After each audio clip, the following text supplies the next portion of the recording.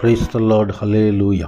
Zion வேதாகம ஆய்விற்கு அன்போடு கூட இயேசு கிறிஸ்துவின் நாமத்தில் உங்களை வரவேற்கிறேன். இந்த தினத்திலும் 2 ராஜாக்கள் அதிகாரங்கள் 13 முதல் 16 அதிகாரங்களில் வசனங்களை தியானிக்க சர்வ தேவன் நமக்கு கிருபை பாராட்டுவாராக.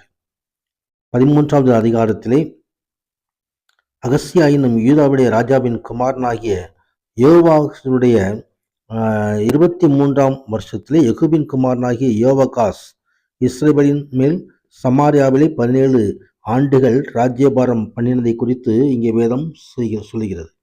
கர்த்தருடைய பார்வைக்கு பொல்லாப்பானதை செய்தார். இஸ்ரவேலை பாவம் செய்ய பண்ணின நேபாத்தின் குமாரனாகிய எரேபியாவின் பாவங்களை பின்பற்றி நடந்தார், அவர்களை விட்டு விலகவில்லை என்று சொல்லி எழுதப்பட்டிருக்கிறதை பார்க்கிறோம். கர்த்தருடைய மகிமை உண்டாவதாக.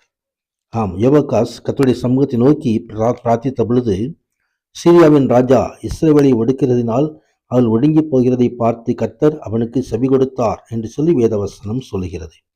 கர்த்தருடைய மகிமை உண்டாவதாக. அங்கே யோவாஸ் இஸ்ரவேலின் ராஜாவாக மாறுகிறதை குறித்து நாம் பார்க்கிறோம். கர்த்தருடைய மகிமை. யூதாவின் ராஜாவாகிய யோவாசுடைய 37ஆம் ஆண்டிலே யோவாகாசின் குமாரனாகிய யோவாஸ் இஸ்ரவேல் மேல் ராஜாவாகி சமாரியாவிலே 16 ஆண்டுகள் ராஜ்யபாரம் பண்ணினதை குறித்து வேங்கி இந்த ராஜாவும் கர்த்தருடைய பார்வைக்கு பொல்லாப்பானதை செய்ததை குறித்து பார்க்கிறோம். மேன்மை உண்டாவதாக. அநேக ராஜாக்கள் இப்படித்தான் கர்த்தருடைய பார்வைக்கு பொல்லாப்பானதை செய்கிறார்கள். கர்த்தருடைய மகிமை உண்டாவதாக. அங்கே தொடர்ந்து எலிசா வியாதியாய் கிடைக்கிறதை குறித்தும் நாம் பார்க்க முடியும். எலிசாவின் கடைசி நாட்களிலே அப்படி வியாதியிலே இருந்து மரித்ததை குறித்து வேதம் தெரிவிக்கிறது. யோவாஸ் ராஜா எலிசாவின் தேவனே இஸ்ரவேலை காப்பவர் என்று அறிந்திருந்தான்.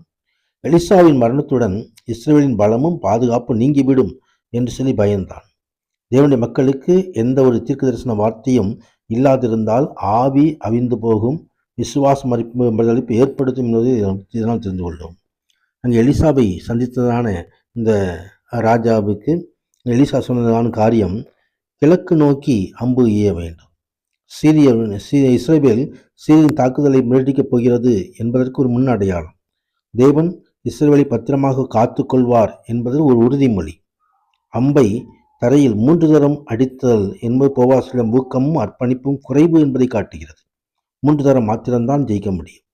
கர்த்தருடைய உண்டாவதாக. தொடர்ந்து எலிசா மரித்து அடக்கம் பண்ணப்படுகிறதை குறித்து பார்க்கிறோம். அங்கே கல்லறையிலே எலிசாவை கொண்டு வைக்கும் பொழுது அங்கு இறந்த சரீரம் ஒரு மனிதனை கொண்டு போட்ட பொழுது எலிசாவின் மேல் எலும்புகளின் மேல் பட்டதும் உயிரோடு எழுந்ததை குறித்தும் வேதம் தெரிவிக்கிறது. 14வது அதிகாரத்திலே அமத்சியா யூதாவின் ராஜாவாக வருகிறதை குறித்து பார்க்கிறோம்.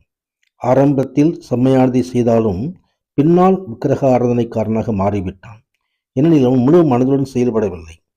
அவன் எவ்வகையிலும் தேவனுடைய சித்தத்தை நிறைவேற்ற வேண்டும் உறுதியாக தீர்மானத்தோடு அவன் செய்யப்படாததான் அதற்குள்ள காரணமாய் அமைந்தது. அதற்கு பிறகு 2ஆம் யெரொபெயாம் இஸ்ரவேலின் மீது ராஜாவாக வருகிறதை குறித்து நாம் பார்க்க முடியும். கர்த்தருடைய மகிமை உண்டாவதாக. இந்த மனிதன், இந்த ராஜா இஸ்ரவேல் தன் தேசத்தை எல்லாம் பெற்றுக்கொண்டது, மக்கள் அதிக அளவாக உலக சம்பத்துக்களை பெற்று செழிப்படைந்தார்கள்.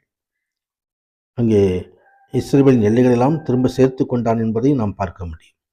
15வது அதிகாரத்திலே அஸ்ரியா யூதாவின் ராஜாவாகவும், சகரியா இஸ்ரவேலின் ராஜாவாகவும், சல்லும் இஸ்ரவேலின் ராஜாவாகவும்,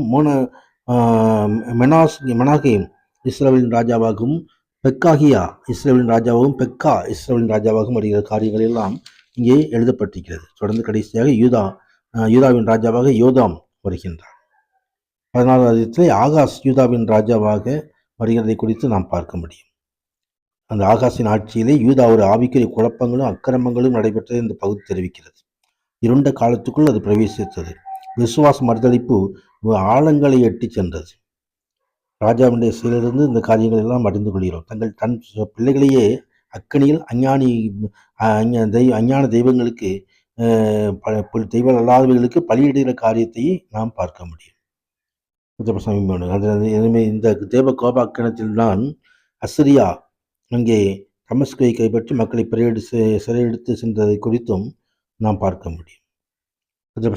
இந்த கதையெல்லாம் படிக்கும்போது தேவனுடைய வார்த்தையின்படி நாமும் நம்ம வாழ்க்கையை ஒப்புக் கொடுப்போம். உன்னதரான தேவன் தாமே மகிமையான ஆசீர்வாதங்களை நமக்கு அருளி செய்வாராக. பரிசுத்த நாமத்துக்கு மகிமை உண்டாவதாக. ஆமீன், ஆமீன்.